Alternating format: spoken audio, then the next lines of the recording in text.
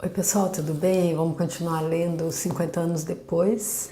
Livro psicografado por Chico Xavier, ditado por Emmanuel, traz a continuação da saga do Emmanuel, ele próprio, o mentor de Chico Xavier, há 2000 anos. Começou então com o livro Há 2000 anos, onde ele era um senador romano de nome Públio Lentulus, onde ele teve a oportunidade de se encontrar com Jesus Cristo, pois eles estavam encarnados mais ou menos no mesmo momento. Foi no ano de 32 ali, quando ele se encontrou com Jesus Cristo, em um torpor, porque ele não achou que Jesus Cristo fosse digno de recebê-lo ali às margens do Tiberíades para ouvir uma das palestras dele ali. Ele que para o senador era um simples mago. E aí agora ele volta então para dar aquele testemunho que foi pedido a ele, que era de abnegação e humildade, agora como um escravo. Ele é o escravo Nestório, um escravo judeu. Nós estamos aqui no quinto capítulo, que é intitulado A Pregação do Evangelho. E nesse capítulo, então, nós vimos que foi o Nestório, esse escravo, então, que veio para Roma como presente para o Elvídio, que é uma pessoa que foi o Pompílio Crasso do livro Há 2000 anos, a única pessoa que veio para fazer parte dessa nova história com o Emmanuel, agora como escravo, foi o Pompílio Crasso, que foi aquele que esteve com ele no último momento em que ele teve visão ali, no dia da destruição de Jerusalém, quando eles foram pegos pelos inimigos. E o Pompílio Crasso foi morto, teve o coração arrancado na frente do senador antes que esse mesmo tivesse os olhos perfurados e perdesse a visão. E aí esse livro começa 50 anos depois da passagem do senador, da destruição de Pompeia. Foi ali que ele fez a passagem dele, porém ele se reencarnou 7 anos depois, pelas contas que eu já fiz aí, vocês podem ver nos vídeos anteriores. E aqui então nós encontramos ele em Roma. Por quê? Porque ele veio como presente, ele veio ali da Palestina como presente do Caio Fabricius para o Elvídio Lúcio, que era então esse que era grande amigo dele ali no livro Há 2000 anos, quando ele era senador. E eles voltaram a reconhecer essa grande intimidade, essa grande amizade que havia entre eles. Eles não sabiam porque o Elvídio, que era uma pessoa ali era dono dele, era um romano, era um patrício ali, sentir tanta afinidade por um escravo. E o mesmo aconteceu com relação ao Nestório para o Elvídio, que logo no primeiro encontro resolveram então dar a ele a liberdade. Ele tornou-se um escravo liberto e foi incumbido da educação das filhas do Elvídio, que são a Elvídia e a Célia. E também Emmanuel deixou claro que esse livro não seria ele o protagonista, e sim Célia, que ele chamou de uma alma santa, um anjo.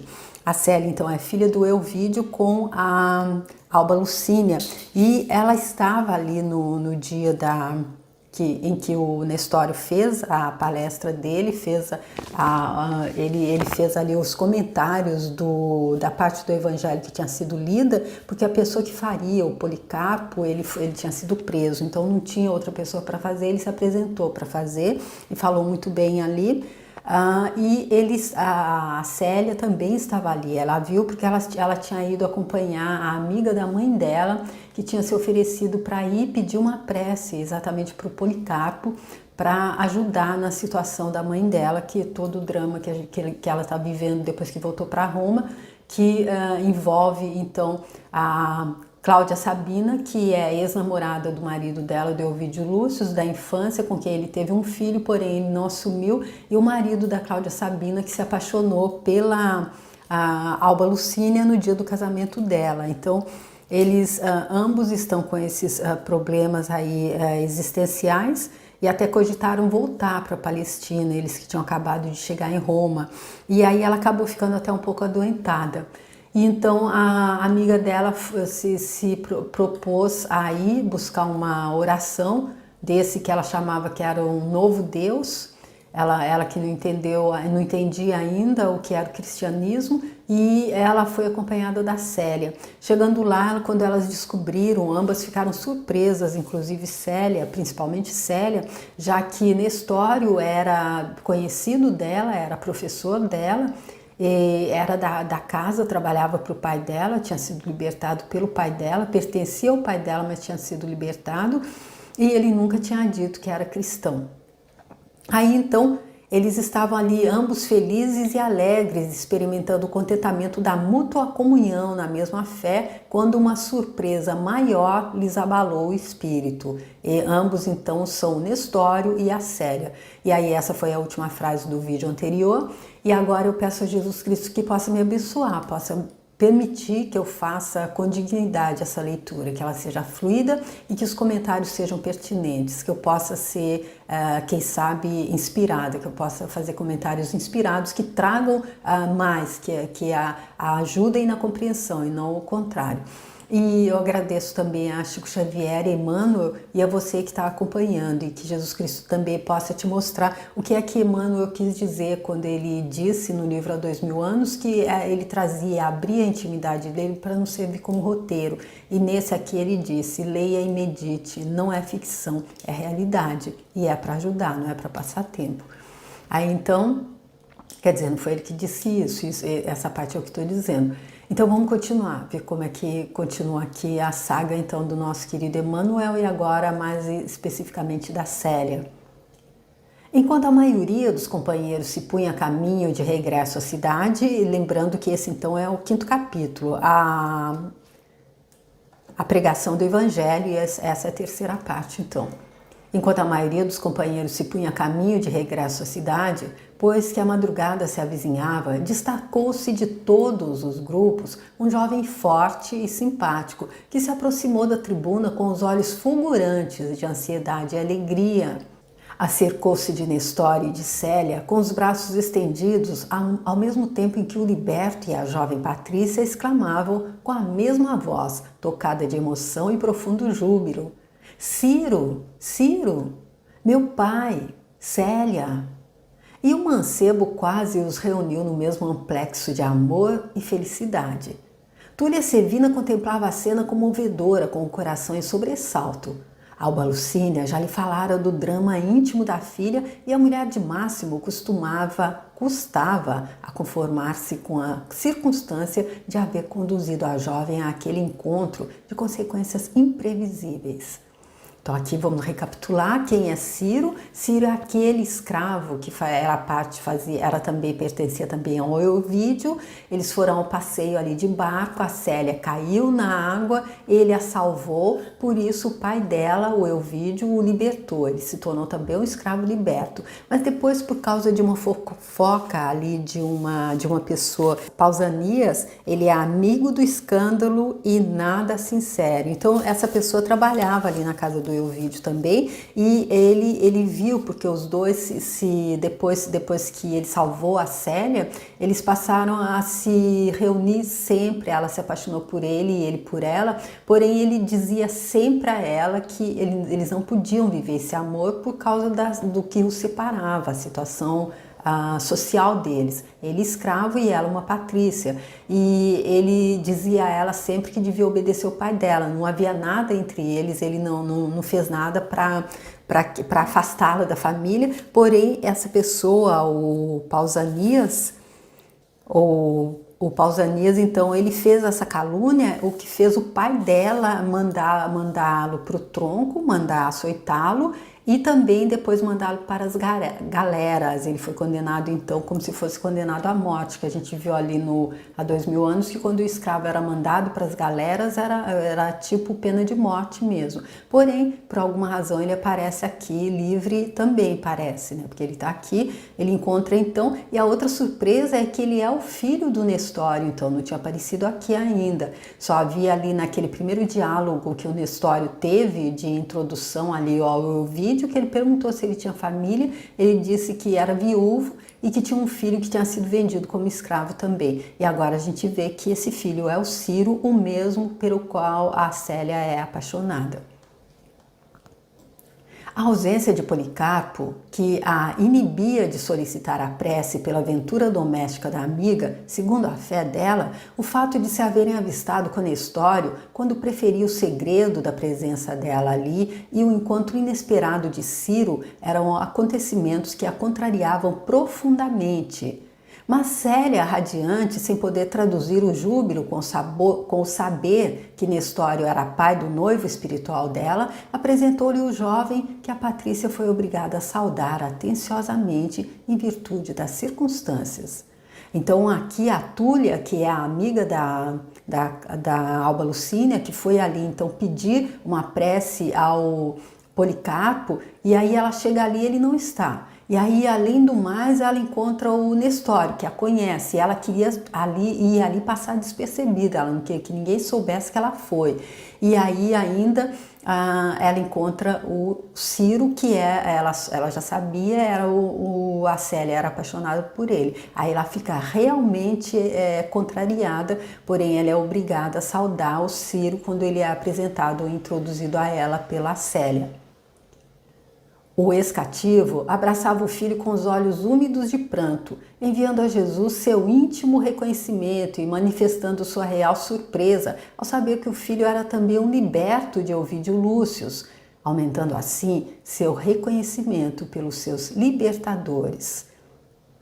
Ele, Nestório, então, que já havia beijado os pés da Alba Lucínia aqui, porque foi ela que tomou a iniciativa de dar liberdade a ele, agora sabendo que o filho dele também era um liberto do mesmo patrão dele, do mesmo amo dele, ele ficou ainda mais reconhecido a eles.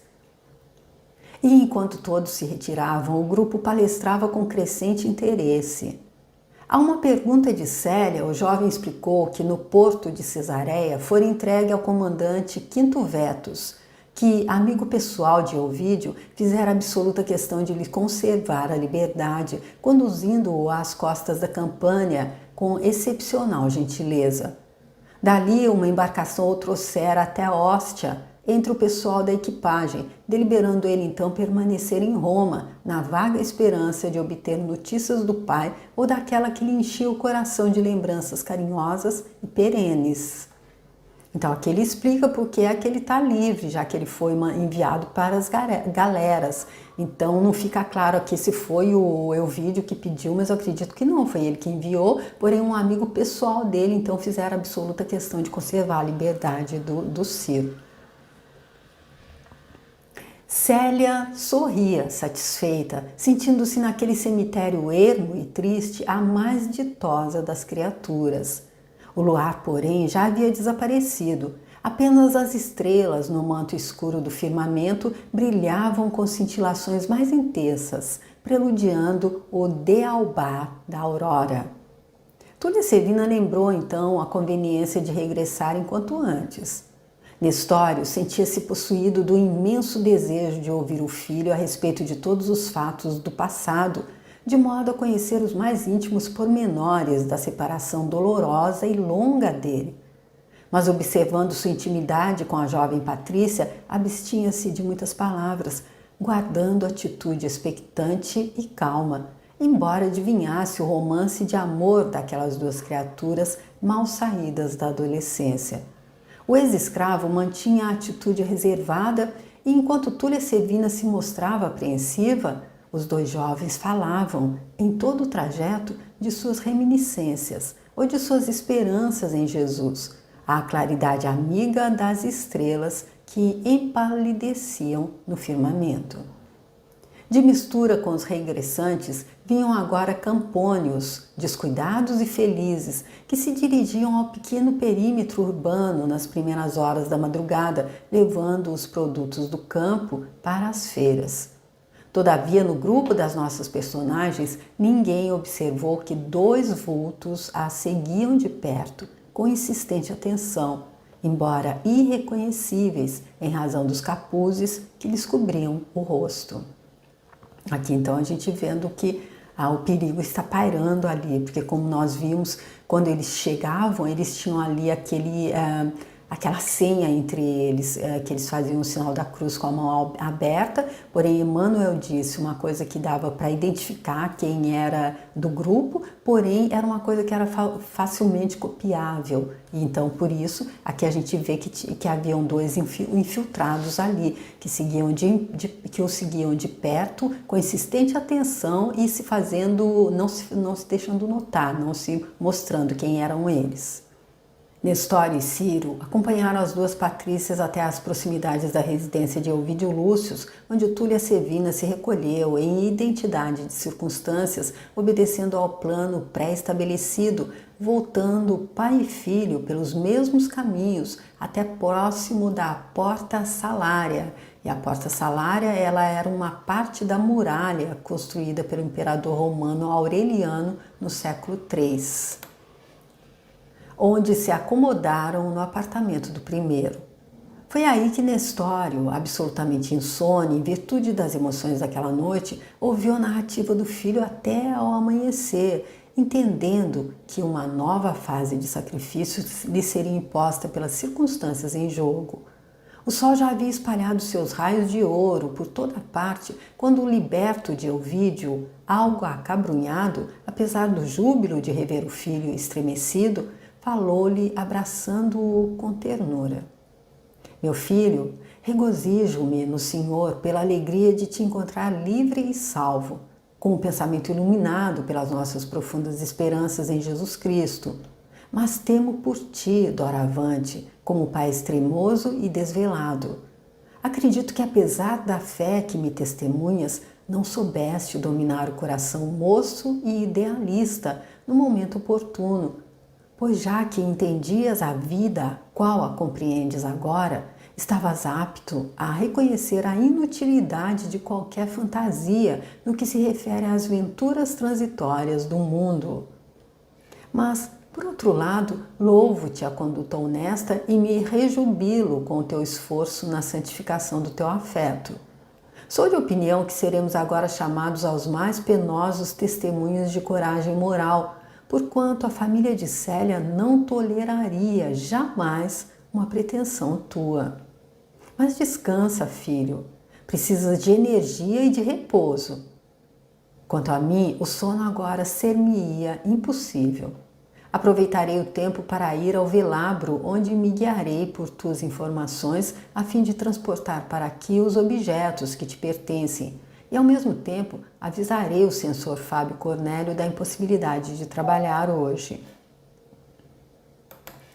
E acentuando as palavras com um sorriso de satisfação, rematava: doravante estaremos sempre juntos para a mesma tarefa e aqui permaneceremos até quando Jesus nos permita. Ciro, em resposta, beijou-lhe as mãos comovidamente. Antes de se dirigir ao velabro, que era um dos bairros mais pobres e mais populares de Roma, o liberto procurou a prefeitura dos pretorianos, ali se avistando com o lictor Domítio Fúvius, pessoa de confiança dos chefes dele, solicitando-lhe cientificasse o censor do impedimento que ele teria naquele dia e providenciando em seguida para que a mudança do filho para a casa dele se efetuasse com a possível presteza. Sentiu o coração apreensivo e amargurado em face dos acontecimentos e, todavia, colocava a fé acima de tudo, rogando a Jesus lhe concedesse a inspiração devida para o aclaramento de todos os problemas. Quanto a Túlia Sevina, algo desapontada, informou a amiga pela manhã dos fatos singulares que haviam ocorrido. Alba Lucínia ouvia-a assaz surpreendida, experimentando o coração pejado de amargas expectativas. Chamou a filha ao seu gabinete de repouso, mas notando-lhe a serenidade e recebendo-lhe a promessa de guardar inteira observância às recomendações paternas, buscou tranquilizar-se a si mesma, de modo a minorar as próprias mágoas. Chegando ao seu gabinete manhã alta, Fábio Cornélio foi procurado com insistência por Pausanias. Fábio Cornélio, então, é o sogro do Elvídio, que é o pai da Célia, ele é o avô da Célia, então, avô materno, pai da Alba Lucínia. E o Pausanias, aquele que a gente já conhece, aquele então que o Emmanuel chamou educadamente de uma pessoa que gostava então de amigo do escândalo e nada sincero, aquele que a gente diria. Eu disse, quando ele deu essa classificação para ele, eu disse que é aquele que gostava de ver o circo pegar fogo, mas não, é aquele que gostava de colocar fogo no circo mesmo, porque não tinha nada que desabonasse o que estava acontecendo entre a Célia e o Ciro, e ele inventou, e com isso ele fez com que o pai dele se voltasse contra o Ciro, então, e o mandasse para o tronco, além de depois mandá-lo para as galeras. Ele teve sorte de ter sido liberto. E agora é ele que procura quem? O Fábio Cornélio. Então, chegando ao gabinete, ele encontrou Pausanias, que ainda em Roma guardava a chefia dos servos da casa do genro dele e que lhe falou depois de respeitosa reverência. Ilustre censor, a que venho obedecendo a um desígnio sagrado dos deuses, a fim de vos informar de graves acontecimentos ocorridos esta noite. Então já dá para a gente saber que ele era uma das duas pessoas ali, então os encapuzados que seguiam toda a cena ali, escondidos, ali nas catacumbas onde eles foram então para a reunião. Mas como? Graves acontecimentos? Perguntou o sogro de Elvídio, visivelmente impressionado.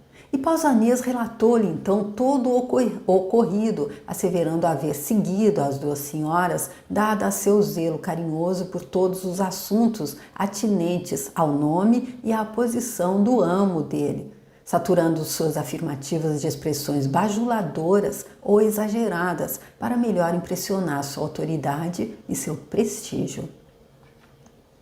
Mas na história cristã? Interrogou o censor admirado. Custa-me a acreditá-lo. Senhor, pelas graças de Júpiter, estou afirmando a verdade. Respondeu Pausanias com sua atitude humilde à frente do mais poderoso. Ou seja, aquela coisa que o Emmanuel está deixando aqui. Claro, então, é a atitude humilde à frente do mais poderoso. E é aquele que ele acredita que é menos do que ele, então, há uma atitude de realmente nenhuma verdade, não é? Porque aqui dizendo que ele colocava expressões bajuladoras ou exageradas, aquele que mede o outro, o próximo, pelas posses dele. Elvídio agiu muito precipitadamente, falou o orgulhoso Patrício como se estivesse falando para si mesmo. Então, não só pelas posses, porque o nosso pobre o Fábio, o sogro aqui do Elvídio, já disse que está quebrado, mas pelo que ele traz como poder, ele que é ali próximo do prefeito, próximo do imperador, então é isso que faz com que é a pessoa que a gente deve bajular, que a gente deve puxar o saco, se a gente não tiver entendido realmente a mensagem, como é que funciona a coisa.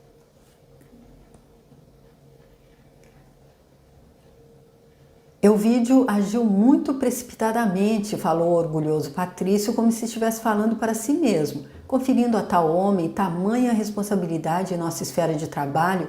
Todavia, tomarei ainda hoje todas as providências que o caso requer e agradeço teus bons serviços. Pausanias retirou-se enquanto Fábio Cornélio, que também não ignorava o romance de Ciro e da neta, tomava-se de cólera contra os dois ex-escravos que lhe vinham perturbar a tranquilidade doméstica. E a gente sabe porque é que ele foi então procurar o pai do Elvídio. Não, esse é o pai da Alba Lucília, da mulher dele, o sogro do Elvídio, então, porque o Elvídio está ali junto com a Cláudia Sabina, ali em Tibo, onde ela armou todo aquele plano para que ele afastá-lo então de casa, para que ele fosse ficar ali com ela e o imperador que organizou tudo junto ali. E aqui, se o Pausanias, ele sabia também quem procurar, porque se ele tivesse procurado o pai da Alba Lucília, que é o Quinésio, com certeza a atitude seria outra. Considerando a ausência do genro, que ainda se conservava em Tibo, deu todas as providências julgadas indispensáveis, sem vacilar no cumprimento de suas íntimas decisões em relação ao assunto. Nas primeiras horas da tarde, um destacamento de pretorianos chegava à habitação coletiva onde se alojavam pai e filho, em cumprimento das ordens emanadas da justiça imperial. Chamados, os dois libertos compreenderam a gravidade da situação, concluindo que alguém os houvera denunciado e traído. Abraçaram-se em prece mútua, como se desejassem renovar os protestos de confiança e de fé na providência divina, prometendo-se um ao outro o máximo de coragem e resignação nos transes angustiosos que entreviam à frente. Junto dos soldados, perguntou Nestório com serenidade ao lictor que os chefiava: "Que me queres, Pompônio?" Nestório, retrucou o chefe do destacamento, seu conhecido pessoal e seu amigo: "Venho da parte do censor Fábio Cornélio, que ordenou tua prisão, bem como a do teu filho, recomendando-nos máximo cuidado para que não fugissem." Em seguida, mostrou-lhes a ordem manuscrita, desenrolando o pergaminho, ao que o liberto retrucou: "Porventura chegastes a supor que te resistiríamos? Guarda a ordem e não te preocupes com a espada, pois a melhor arma não é a de quem ordena, mas de quem sabe obedecer." Olha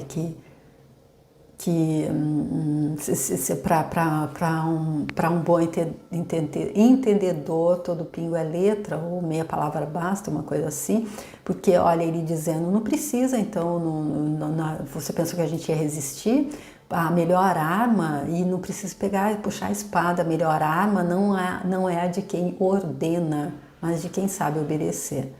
Porque sabe obedecer, porque sabia que ele estaria dando testemunho, ou ele estava sendo preso pela fé dele, pelo testemunho que ele começou a dar no Cristo, no Evangelho de Jesus Cristo, na palavra de Jesus Cristo, testemunho esse que ele se furtou a dar na vida anterior, onde ele era um dos que mandava prender. Dessa forma, ele era um senador de grande poder, e ali faria muita diferença se ele tivesse dado esse testemunho. Agora, como escravo, já é um outro nível, já é...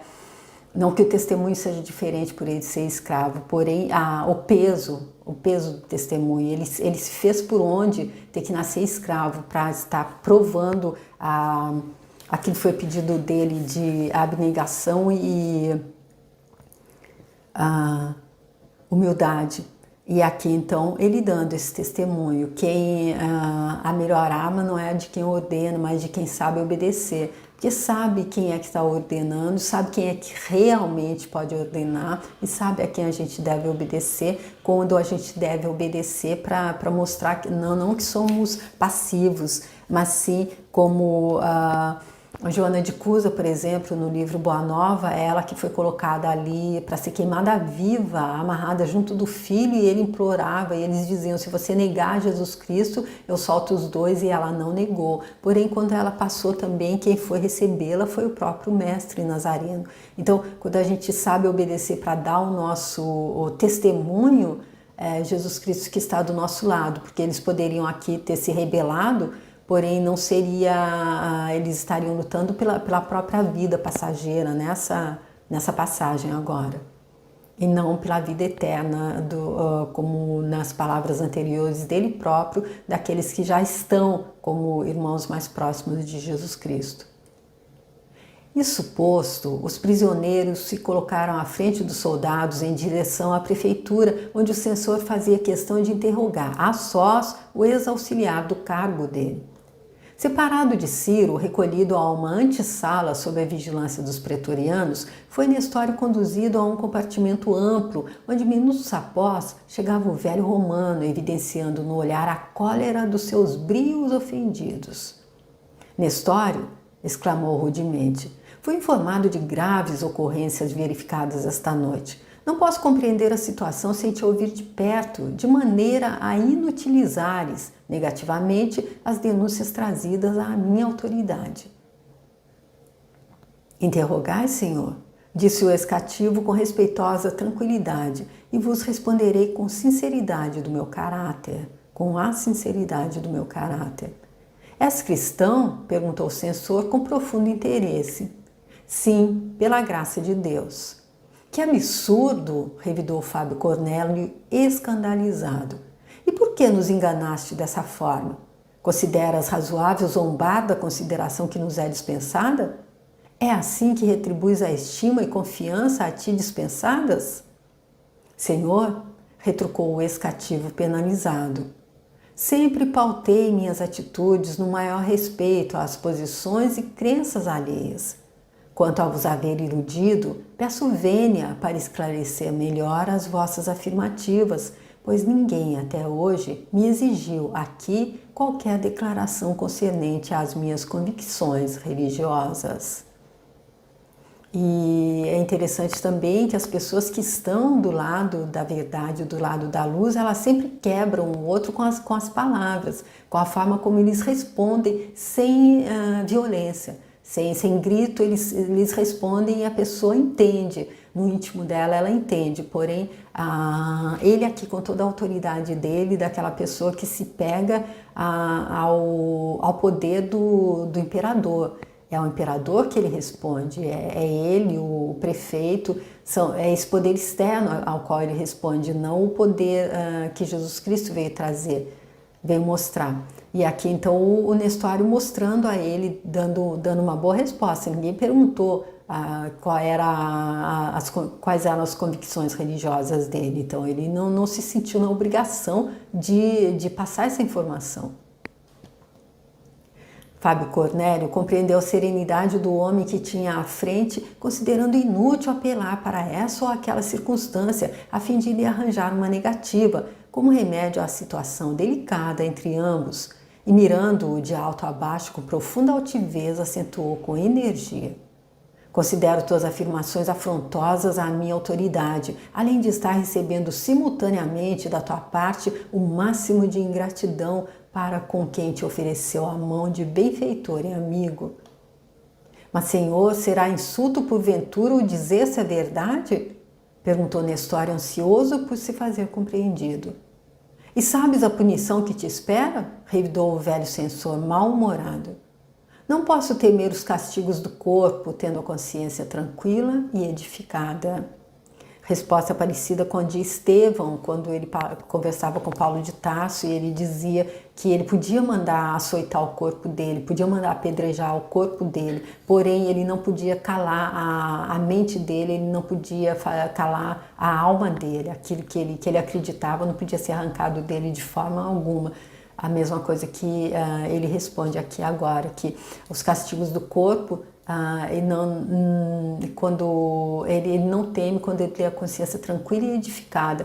Ele sabe que esses castigos do corpo, os cristãos nessas horas que eles eram colocados ali para as feras, a gente já viu que quando na passagem da Lívia, quando a fera saltou sobre ela, ela já foi tirada do corpo. Então eles morriam cantando, porque os anjos de luz do Senhor vêm nesse momento, quando a pessoa está fazendo o trabalho dela de mostrar o sacrifício dela, então, para ajudar o outro a compreender. E sacrifício nenhum que seja sacrifício, porque é todo mundo recebendo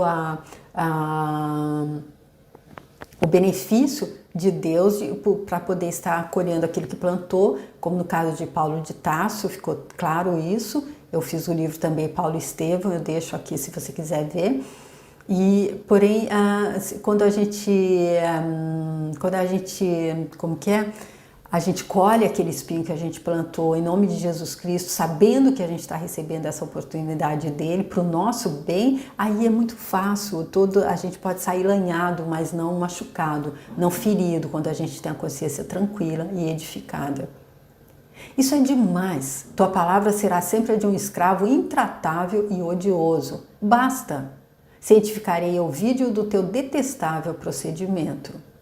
E chamando Pompônio Gratus para ouvir-lhe as declarações, o orgulhoso patrício retirou-se do recinto pisando forte, enquanto Nestório era obrigado a relatar sua condição de adepto e propagandista do cristianismo, reafirmando ser pai de Ciro e fornecendo outros informes de maneira a satisfazer a autoridade com a exposição dos seus antecedentes.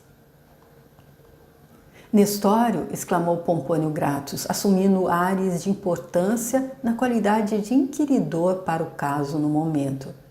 Não ignoras que as tuas afirmativas constituirão a base de um processo cujo resultado será a tua condenação.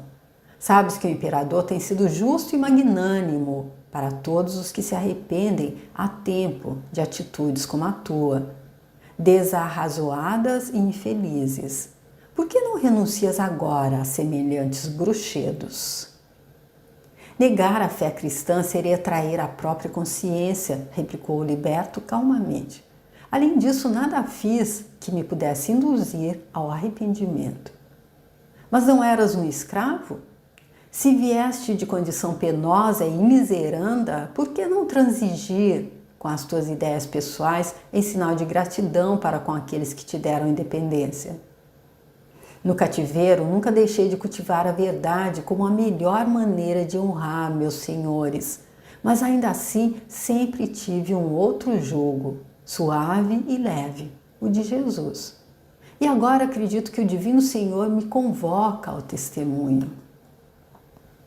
Cavas o abismo de teus males com as próprias mãos, disse o lictor com indiferença. E, acentuando as palavras com o mais fundo interesse, acrescentou: agora faça mister, digas onde se reúnem essas assembleias para que as autoridades se orientem na campanha de expurgar a cidade dos elementos mais perigosos. Pompônio Gratus replicou Nestório altivamente: não posso esclarecer-te neste particular, pois o sincero adepto de Jesus não conhece a delação, nem sabe fugir à responsabilidade da sua fé, acusando seus irmãos. O lictor irritou-se, revidando com acrimônia. E não temes os castigos que te forçarão a fazê-lo em tempo oportuno? De modo algum. Chamados ao testemunho de Jesus Cristo, não podemos temer conveniências mundanas. Pompônio, contudo, esboçou um gesto expressivo como quem se havia lembrado de uma providência nova e acentuou: aliás, temos outros recursos para encontrar esses conspiradores idiotas. Ouviremos ainda hoje, nesta chefia, os que prestaram as devidas informações a teu respeito. Sim, replicou o liberto sem se perturbar. Esses poderão esclarecer melhor a justiça do império. Em seguida, um grupo de soldados armados a caráter saía da prefeitura, escoltando os dois acusados até a prisão Mamertina, onde foram alojados num dos mais úmidos calabouços. Não bastaram somente os novos informes de Pausanias que o lictor Pompônio Gratus, conforme a autorização do censor Fábio Cornélio, fizera questão de convocar para lhe facilitar as investigações. Nesse mesmo dia, um vulto penetrava na residência de Lólio Úrbico ao cair das sombras do crepúsculo para dar idêntica denúncia. Era Atéria que, independentemente de Pausanias, também fora às catacumbas em descargo das suas atividades odiosas, pondo em jogo a sua habilidade e astúcia para trazer Cláudia Sabina inteirada de quanto ocorria. Aqui, então, o nosso segundo infiltrado ali das catacumbas, a nossa Atéria. Eu já desconfiava. Assim que, antes de regressar a Tibur, após uma semana de repouso no lar, a antiga plebeia notificou a Quinto Bíbulo os ajuntamentos do cristianismo além da porta nomentana, pintando-lhe quadros terroristas de feição a exacerbar o receio das conjuras que caracterizavam os administradores políticos da época. Numerosos destacamentos de pretorianos compareceram ao cemitério abandonado na reunião subsequente. Centenas de prisões foram efetuadas. Os calabouços escuros do Capitólio, os cárceres do Esquilino ficaram repletos e a circunstância mais grave é que, entre os prisioneiros, figuravam pessoas de todas as classes sociais.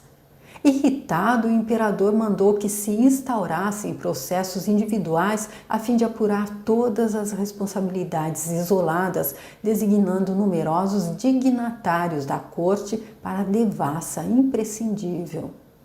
Hélio Adriano nunca procedeu como Nero, que ordenava o extermínio dos cristãos sem cogitar da culpa de cada indivíduo. de conformidade com os dispositivos legais, conforme a evolução jurídica do Estado romano, mas também não perdoou jamais aos adeptos do Cristo que tivessem a coragem moral de não trair a fé perante a autoridade dele ou de seus prepostos. O inquérito começou terrível e sombrio. Famílias desesperadas de dor acorriam às prisões implorando piedade aos algozes. Quantos abjurassem da crença em Jesus diante da imagem de Júpiter Capitolino, jurando-lhe eterna fidelidade, podiam regressar livremente ao lar, retomando os bens da liberdade e da vida. Os que, se não prosternassem ante o ídolo romano, mantendo inabalável a fé cristã, podiam contar com o flagício e, quiçá, com a morte. Entre mais de 300 de criaturas, apenas 35 reafirmaram sua fé em Jesus Cristo com sinceridade e fervor irredutíveis. Para essas, as portas do cárcere se fecharam sem piedade e sem esperança. Entre os condenados estavam Nestório e o filho, que, fiéis a Jesus, repousavam nos seus desígnios misericordiosos, convictos de que qualquer sacrifício em favor da sua causa era uma porta aberta para a luz e para a liberdade. E aqui então, entre 300 que foram encontrados, que foram presos ali, né, fazendo as reuniões nas catacumbas, que estavam convictos da mensagem de Jesus Cristo, apenas 35 reafirmaram a fé no momento em que foram colocados à prova para dar o testemunho. E aí, quais desses são os 300 tira 35 ali? Aí, então, são 225, é isso? Isso, mais ou menos. Quais desses fazem parte dos irmãos que já são os irmãos mais próximos ali de Jesus Cristo? Como a gente viu ali no vídeo anterior, quando ele falava de quem é a minha família, quem são os meus irmãos, quem é a minha mãe, e quando o Nestório explicou, então, da forma como ele entendeu. Quais desses? Será que esses que se negaram para guardar a própria vida, a família, que no momento de dar o testemunho não deram... quais desses será que vão ser, que ele vem encontrar no momento da passagem? Então, aqui fica bem claro para a gente o que é dar o testemunho sobre o testemunho que Jesus Cristo pede. E para a gente agora não tem nem... A gente não é jogado em calabouços frios, nem nada. O testemunho que Jesus Cristo pede agora da gente é um sacrifício das nossas próprias vaidades humanas. E aquilo de entender exatamente isso, quem são meus irmãos, quem são meus pais, minha mãe, quem é meu pai, quem é minha mãe, quem são meus irmãos, não é? Tá bom, gente, que incrível, acabou aqui então o 5º capítulo, que foi então a pregação do Evangelho, e nós vamos no próximo vídeo para o 6º capítulo, que é a visita ao cárcere. Eu espero que você esteja gostando de acompanhar, tanto quanto eu estou gostando de ler, e que você esteja encontrando aí, como o Emmanuel disse, boas razões para meditar sobre isso que ele está passando aqui, que é a história dele, realmente, história verídica, que ele traz como para servir de roteiro, para que nós sejamos sábios, a gente não precisa cometer os mesmos erros que ele cometeu. Tá bom? Eu espero, se você gostou e quiser compartilhar, muito obrigada. Se quiser deixar seu like também. E se quiser, a gente se encontra aqui para dar continuidade. E eu deixo os outros livros do Chico que eu tenho gravados. Lá no meu canal tem muitos outros. Se você quiser dar uma passada e se inscrever, fica à vontade. Obrigada, tchau.